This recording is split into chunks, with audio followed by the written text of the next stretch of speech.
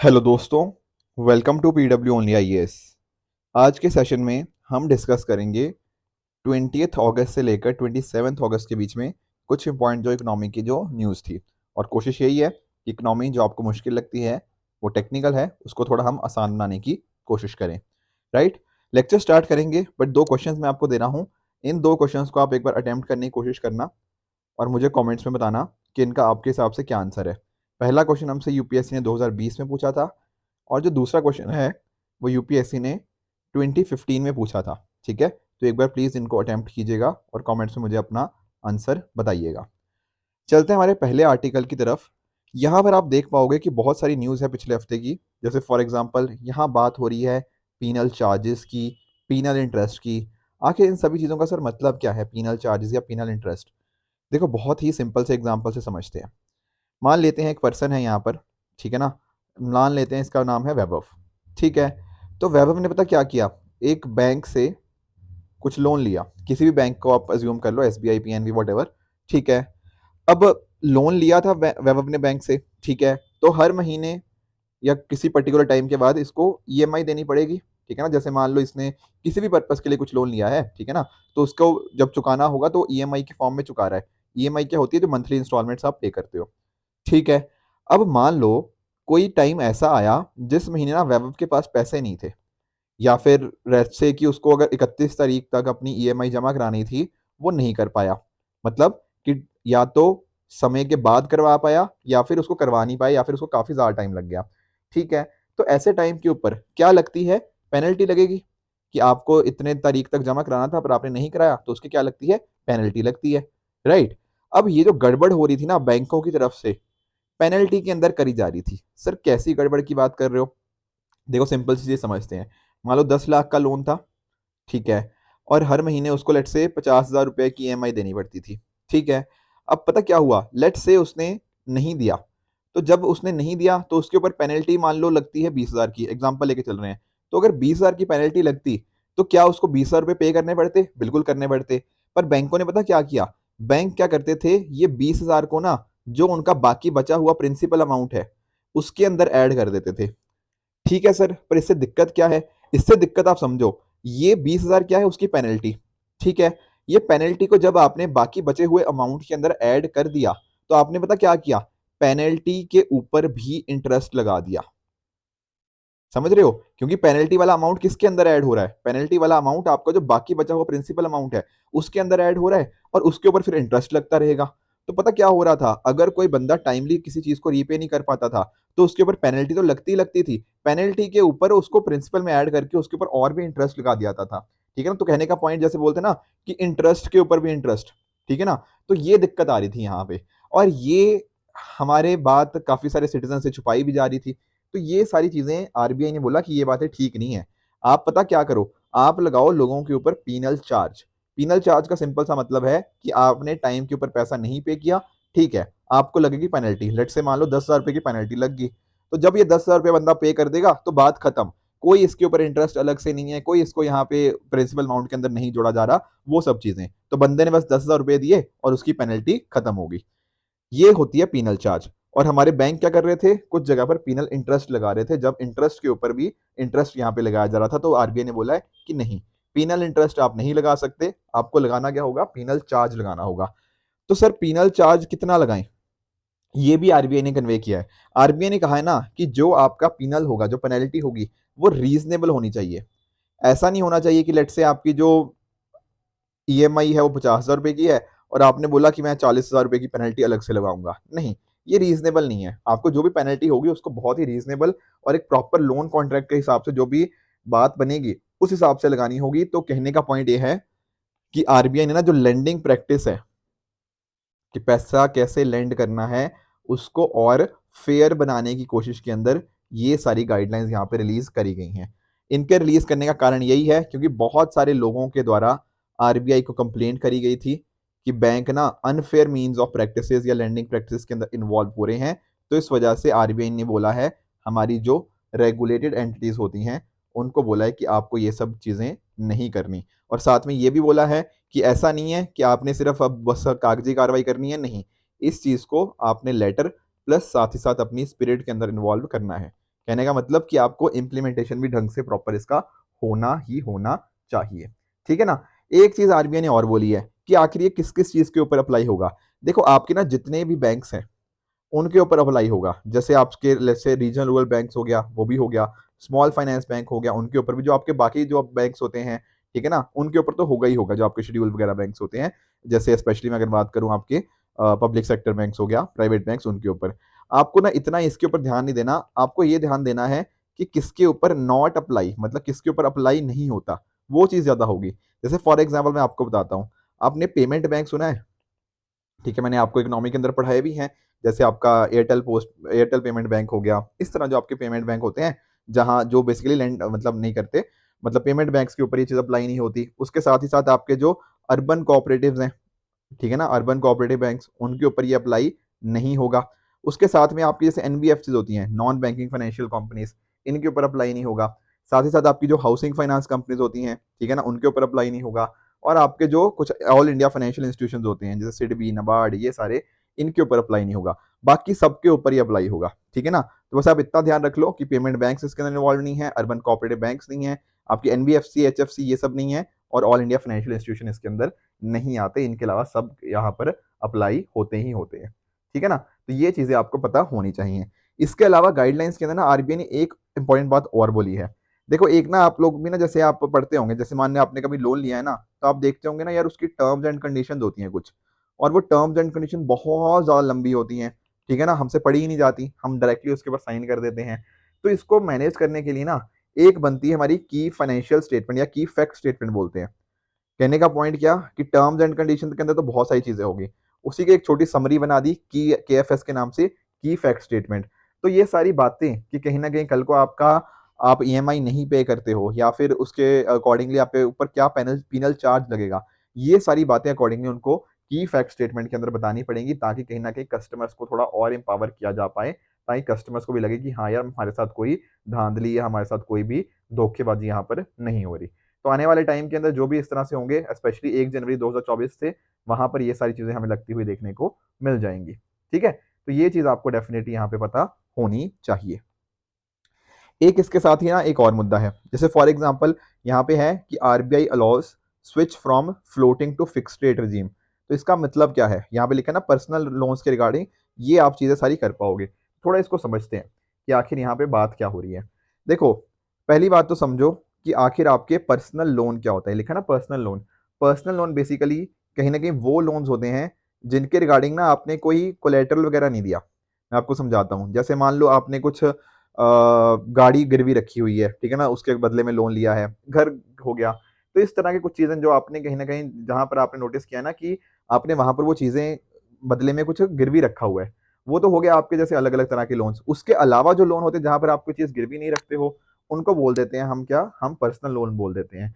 जैसे कई बार कुछ लोग एजुकेशन लोन लेते हैं, ठीक है ना, तो बदले में आप कुछ गिरवी थोड़ी रख रहे हो वहां पे, राइट। तो इस तरह के हो गया। बाकी और भी चीजों के लिए लोग अलग अलग तरह से लोन लेते हैं, ठीक है ना। तो जो भी इस तरह से इंडिविजुअल्स वगैरह को लोन मिलते हैं, उनको हम बोल देते हैं क्या, पर्सनल लोन बोल देते हैं।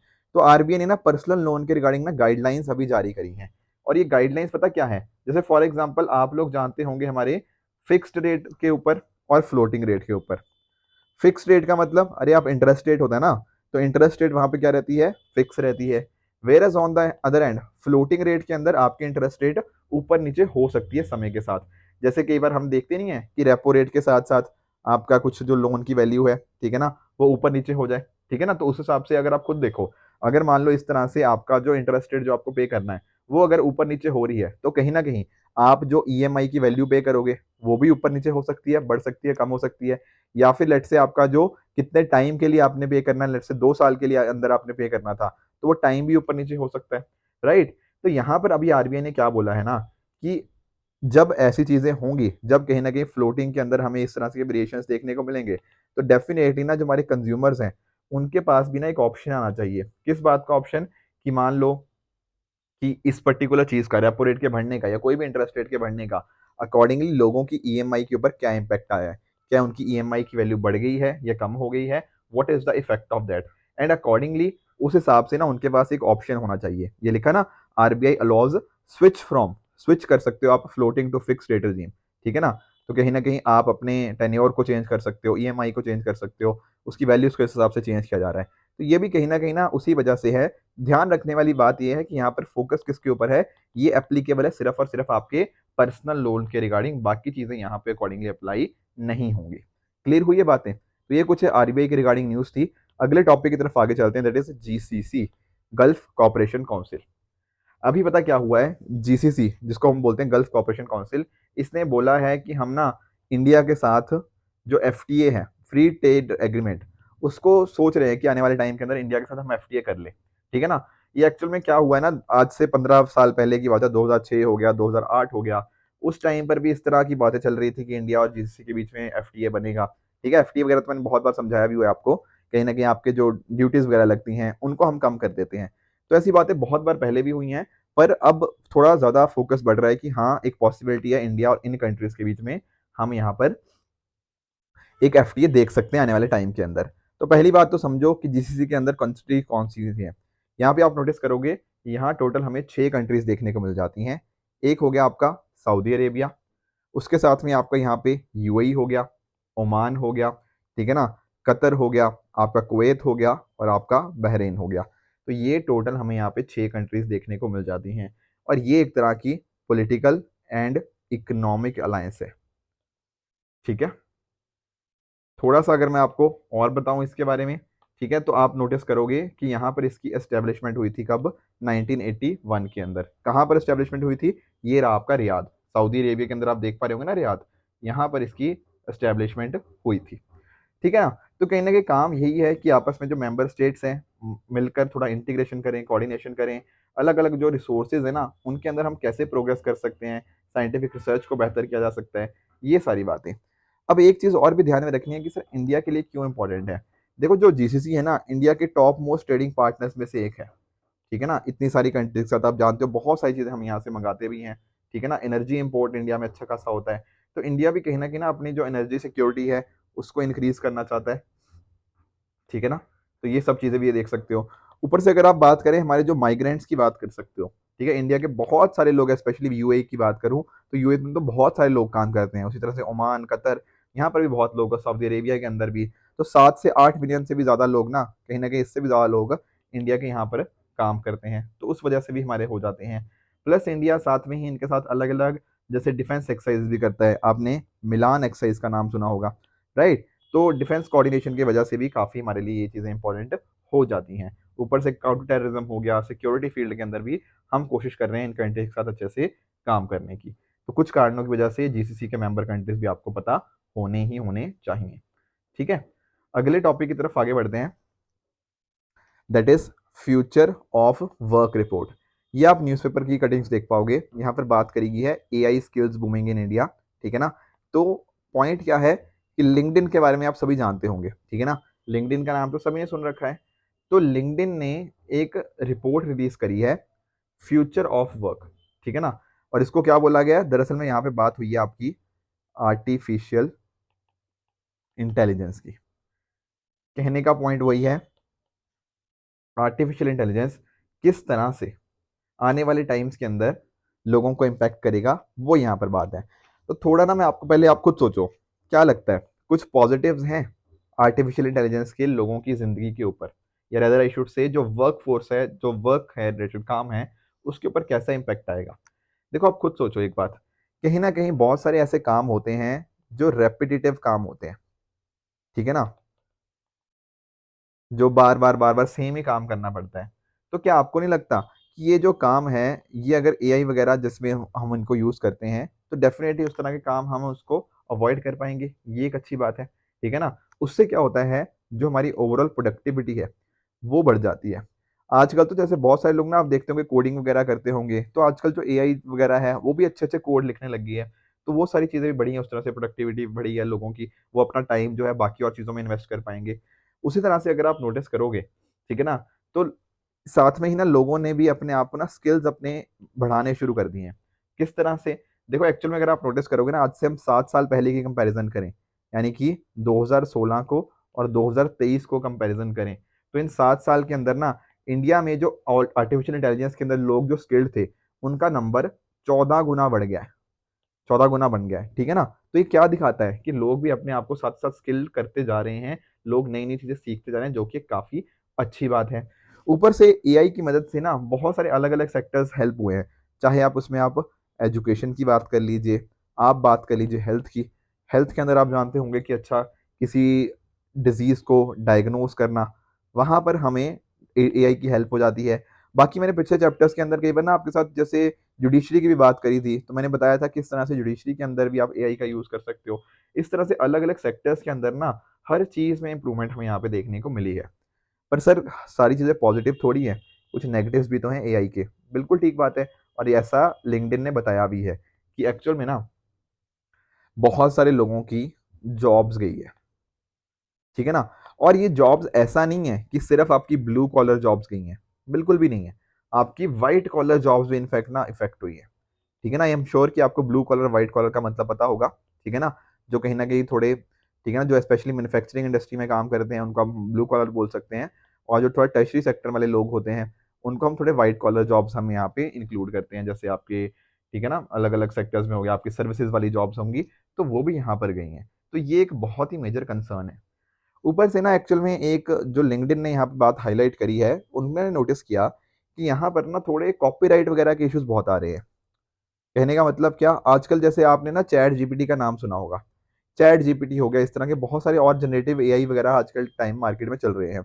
इनके वजह से जैसे फॉर एग्जांपल आप बोलते हो कि यार मुझे ना म्यूजिक क्रिएट करके दो, तो पता क्या होता है, ये जो म्यूजिक क्रिएट कर रहे हैं ना, या फिर इस तरह की कुछ और कुछ चीजें क्रिएट कर रहे हैं, कहीं ना कहीं उस पर कुछ कॉपीराइट इश्यूज बहुत सारे आते हैं। तो ये भी एक कंसर्न बहुत इसके रिगार्डिंग रेलेवेंट है। तो ये दो तीन नेगेटिव्स यहाँ पे लिंक्डइन ने बताए थे। इसके अलावा भी बहुत सारे हैं, इसमें कोई डाउट वाली बात नहीं है। पर मैं रिपोर्ट की यहाँ पे बात कर रहा हूँ, तो रिपोर्ट ने यहाँ पर ये सारी चीजें हमें मेंशन करी हुई है, ठीक है ना। तो इंडिया में काफी तेजी से बढ़ा है। इंडिया मतलब ना फिफ्थ लार्जेस्ट, मतलब फिफ्थ, 5वें नंबर पर चल रहा है एआई के मामले में। तो इंडिया को आने वाले टाइम के अंदर और भी यहाँ पे काम करना पड़ेगा, ठीक है ना। और भी यहाँ पे इंस्ट्रूमेंट्स हम कर सकते हैं।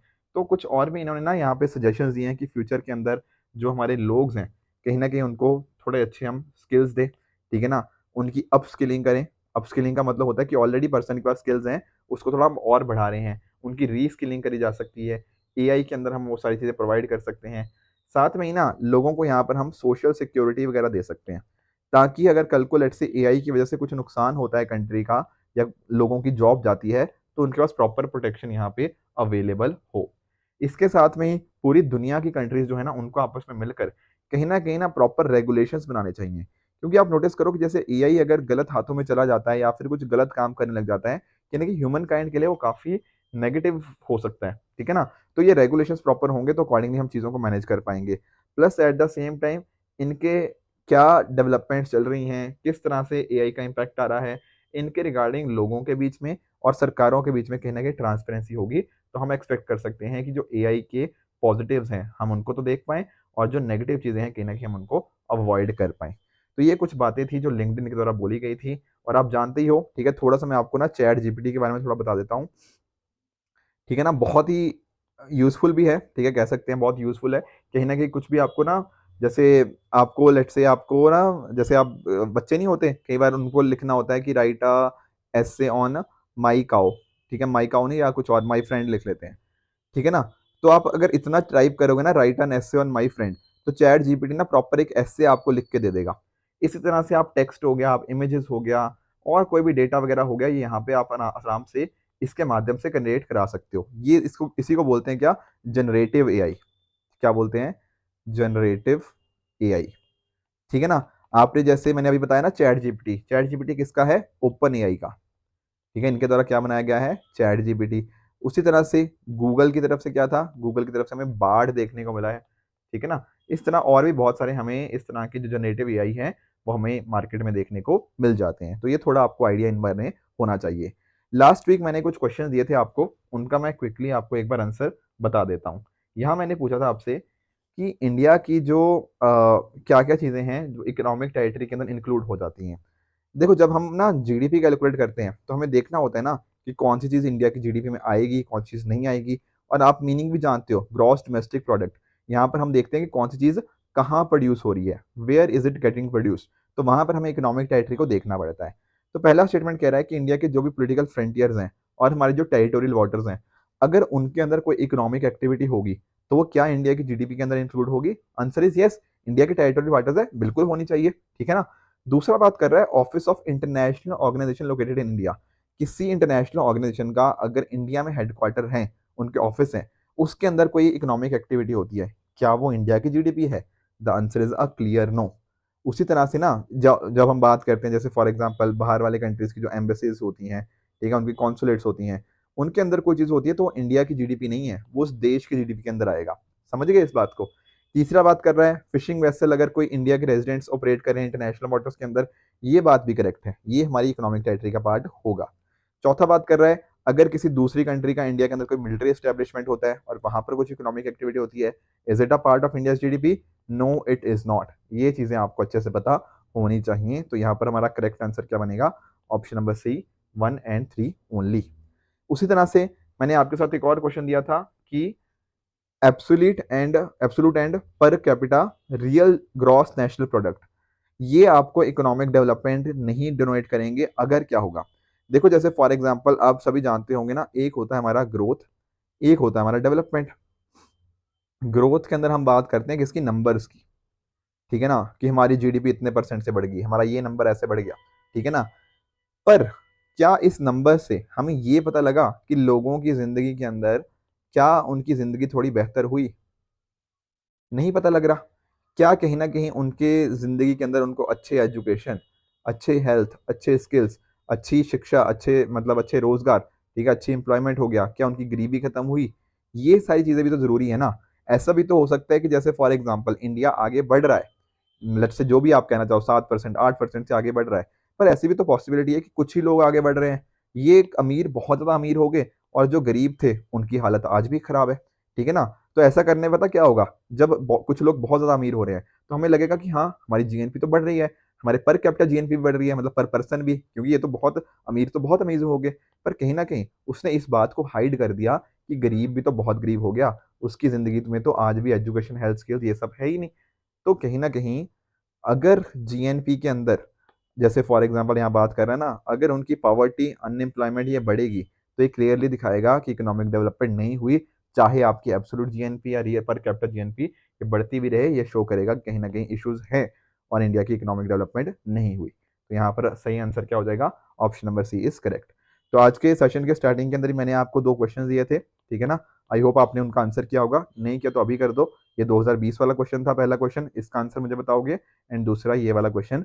इन दोनों आंसर का मुझे आप नीचे कमेंट्स में आंसर बताओगे और फिर अकॉर्डिंगली हम इसको नेक्स्ट वीक डिस्कस भी कर लेंगे, ठीक है फ्रेंड्स।